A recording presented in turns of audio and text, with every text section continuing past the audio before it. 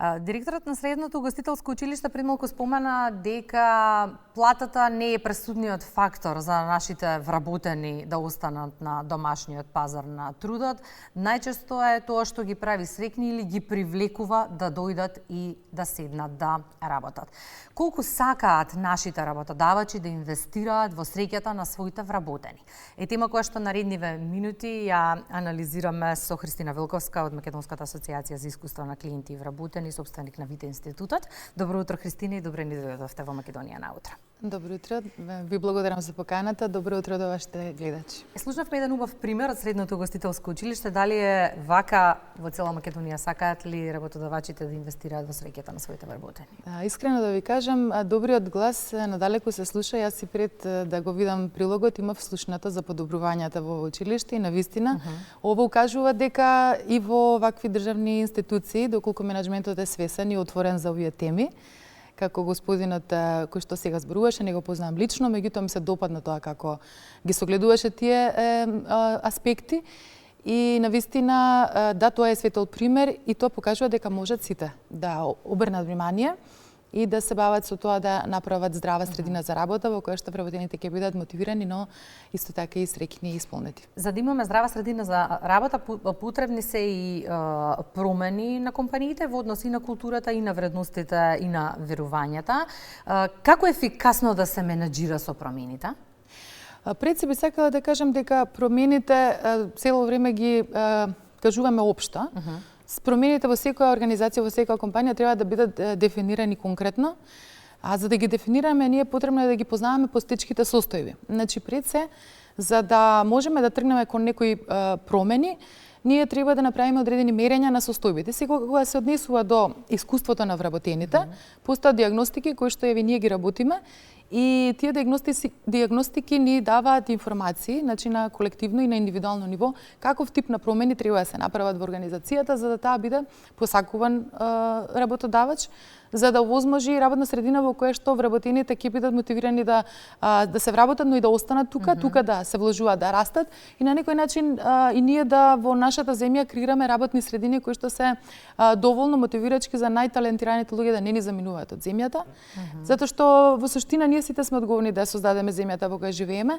Тука се повеќе аспекти, значи образованието пред се и дај Боже сите како ова училиште да почнат да ги третираат на тој начин овие теми, но исто така реалниот сектор, јавниот сектор кој што ни е еден најголем вработувач и квалитетот на живот. Значи многу аспекти се значени за да еден човек биде среќен во својот живот. Значи среќата има повеќе димензии.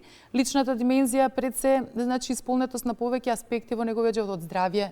Значи не може значи некои аспекти зависат директно од него, некои зависат од семејните околности, социјалните релации, емоционалната состојба, но исто така во голем дел зависат од тоа дали човекот може да расте, да има кариера, да има финансиска стабилност која што ќе му даде еден достоинствен живот и кој што на база на тој достоинствен живот ќе го гради значи својот квалитет и ќе расте како личност. Започнавте една иницијатива која што треба да ја промени деловната култура во Македонија и да прати порака дека Македонија е место каде што луѓето сакаат да се развиваат и растат. Загризавте сериозен залак, Христина, ќе биде ли едноставна трансформацијата на работните средини?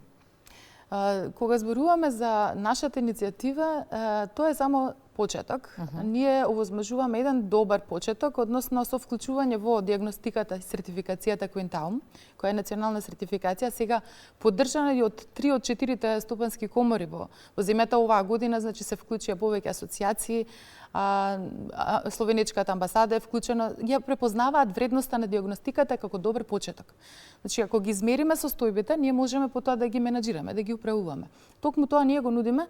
Мерењето значи некакви критериуми, некакви стандарди што ќе значат дали работната средина е навистина мотивирачка, здрава, дали луѓето се во добро состојба, мериме ниво на бернаут, дали доаѓа стресот од приватниот или од професионалниот живот, бидејќи ние луѓето не можеме да се поделиме на пола, едни да бидеме дома, едни на работа, но тоа интерферира двата наши животи и многу е значено да работодавачите знаат дека на работа не доаѓа работна рака, него доаѓа една личност која што е комплексна во секоја смисла и совршена. Луѓето се најсовршените, но најкомплексните нешто или суштества на овој свет, што би значило дека навистина треба не само да им е среќата значајна. Јас не сум сретнала собственик или менаџер кој рекол дека не му е значајна среќата на вработените, но треба да ги запознае вработените, значи да се отвори да види што навистина ги прави среќни во работната средина и тука да делуваат со активности кои што ќе бидат навистина водење на промената во позитивен правец, посакуван. Тукму тоа сакав да го прашам. Вработените во целиот овој процес на трансформација треба да бидат активно вклучени. Апсолутно. Пред се, за се ни е потребна инклузија. Потребна ни е визија и инклузија. Ние многу често се соочуваме кога ќе дојдат нови менаџерски структури и во приватен и во јавен сектор, сега ние ќе почнеме од почеток. И така ќе почнеме куќата повторно од темелите до првиот спрат и после наредните кога ќе додат и тие ќе почнат од почеток и пак до првиот спрат. Ние мора да имаме одговорност и за структурите пред нас, да ја согледаме целата динамика на постоењето на таа организација и да ја имаме визијата за иднината во која што ние не можеме одеднаш да ги смениме сите луѓе затоа што сега сакаме промена, но треба да им овозможиме поддршка на луѓето за да навистина ја разберат промената, значи прво инклузија, значи вклучување, потоа поддршка во смисла на психолошко разбирање, значи зошто е потребна промената, емоционална стабилност и психолошка сигурност дека и тие ќе го најдат своето место во промената доколку се позитивни, конструктивни, значи да им се отвори една соработка низ таа промена и да се водат низ конкретни проекти кои што ќе бидат мерливи како ние уствари ќе ја мериме таа промена, затоа што ние многу често ги генерализираме работите и завземаме страна. Ние во една организација многу често гледаме дека има спротивставени страни, дали тоа менаџмент со вработен, еден сектор со друг сектор.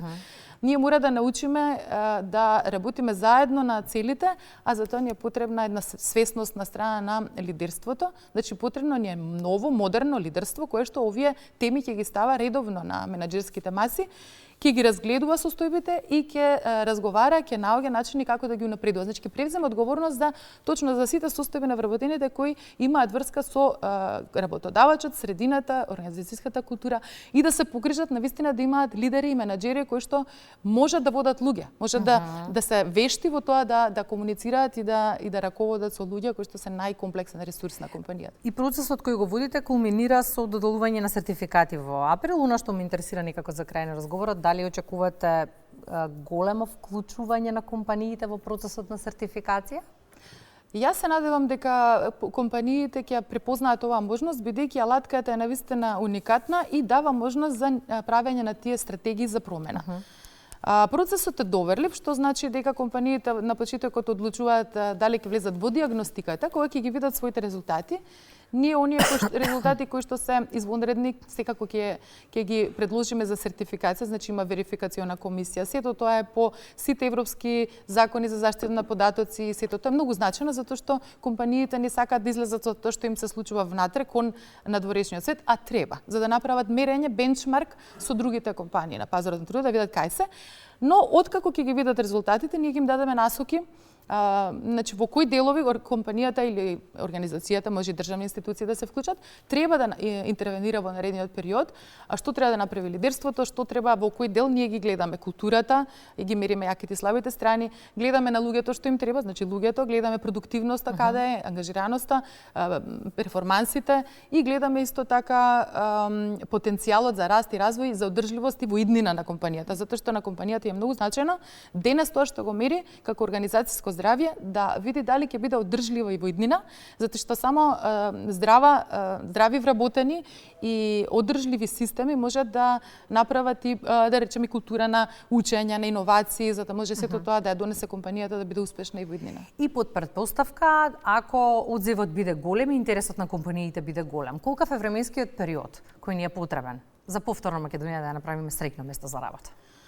Јас би рекла дека една добра трансформација на компанија е потребно барем неколку години да се одржи ветувањето, значи да се зацрта стратегија која што во првата година е тестирање, тогаш луѓето гледаат што е промена, треба да бидат водени низ тоа да ја разберат промената. Втората година треба таа промена да фати корен, значи да се повтори за да се види дека навистина сме доследни на тоа што сме започнале од почеток, значи мора да бидеме доследни и пред се е значено да се на некој начин лидерството да се развива во тој правец, да вистина да ја живее таа промена, да ја види, да ја дефинира и веќе во третата година може да гледаме навистина некои подобрувања, тоа веќе се случува во одредени компании. Ние не можеме да ги генерализираме компаниите. средни компании влегуваат во тие процеси на подобрување на стратешкиот менеджмент, на правење услови да луѓето се чувствуваат значени на работа, ценети и да ја гледаат по високата смисла на нивната работа. И заради тоа ние веруваме дека компаниите се повеќе ќе се отвараат да ги користат алатките кои се на располагање за овие проблематики, наместо да се кријат од незадоволството, односно на некој начин незадоволството. При промените е многу позитивно, во смисла што поголемо незадоволство, толку повеќе енергија која што може да се вложи како движечка сила во промената. Но за да биде тоа така, мора да имаме и визија, мора да имаме и лидерство кое што ќе износи промената до крај. Се надевам дека ќе има и интерес, бидејќи на крајот на денот е нешто што ни е потребно и нам, но и на работодавачите. Веројатно и ним не им е едноставно кога ги гледаат своите вработени незадоволни на работните места. Двустрана улица е тоа. Апсолутно, апсолутно. Ние сме луѓето ја пренесуваме енергијата и чувствуваме енергијата во која што сме. Многу често, значи, не можеме позади затворена менаџерска врата да се заштитиме од енергијата која постои во средината. Една токсична средина која се создала како таква, исто така делува негативно и на менаџментот.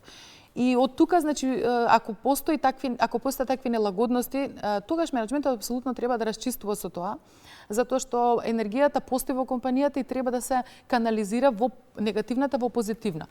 Значи, првично соочување со мерење на состојбите, соочување со незадоволството, тоа незадоволство да се дефинира од кај произлегува, да се видат кои ќе бидат промените кои се потребни на компанијата. И сега сите овие работи вака генерално звучат како клише, меѓутоа не е така, затоа што кога ги гледаме сите индивидуални репорти, персонални и корпоративни, ние точно гледаме каде и што треба да се интервенира и потоа одговорноста е на сите страни. Значи ние сите засегнати страни имаат одговорност. Од една страна и работодавачите да го возможат тоа што треба кон вработените, тоа значи фер системи за наградување, тоа значи услови за раст и развој, вклучување на нивното инклузија со нивните различни мислења, можности за придонес, можности за тука да бидат на некој начин иноватори во оваа средина, но исто така потоа се префрла одговорности на другата страна дека треба да го препознае тоа и да навистина влезе во тие процеси конструктивно. Неслучајно отворивме оваа тема, често зборуваме за генерациите кои што ги изгубивме, но имаме генерации кои што ни доаѓаат и кои што треба да најдат свое место на пазарот на трудот, треба да им понудиме услови за да сакаат да останат овде на пазарот на трудот, а не е само платата фактор. Апсолутно. Апсолутно и мислам дека во тој правец се движиме и не може да не се движиме во тој правец бидејќи пазарот на трудот, ако до ковид времето се менуваше, тоа е докажано со мерење во меѓународни рамки, 5 до 10% се менуваше начинот на работа во компаниите. Сега практично со ковид 50% се смени и ние веќе имаме навистина по некои 30% промена која што е глобална и која што се одразува и внатре во компаниите и затоа се повеќе компаниите кои се отвараат да ги третираат овие проблематики, сакаат да изградат средина која што ќе биде одржлива, се на некој начин препознаваат после тоа и како добри работодавачи, не само да привлечат, него и да задржат кадар, а тоа е и интерес на нашата земја. Ви благодарам, Христина, многу за гостувањето и за разговорот во Македонија. Благодарам и вам.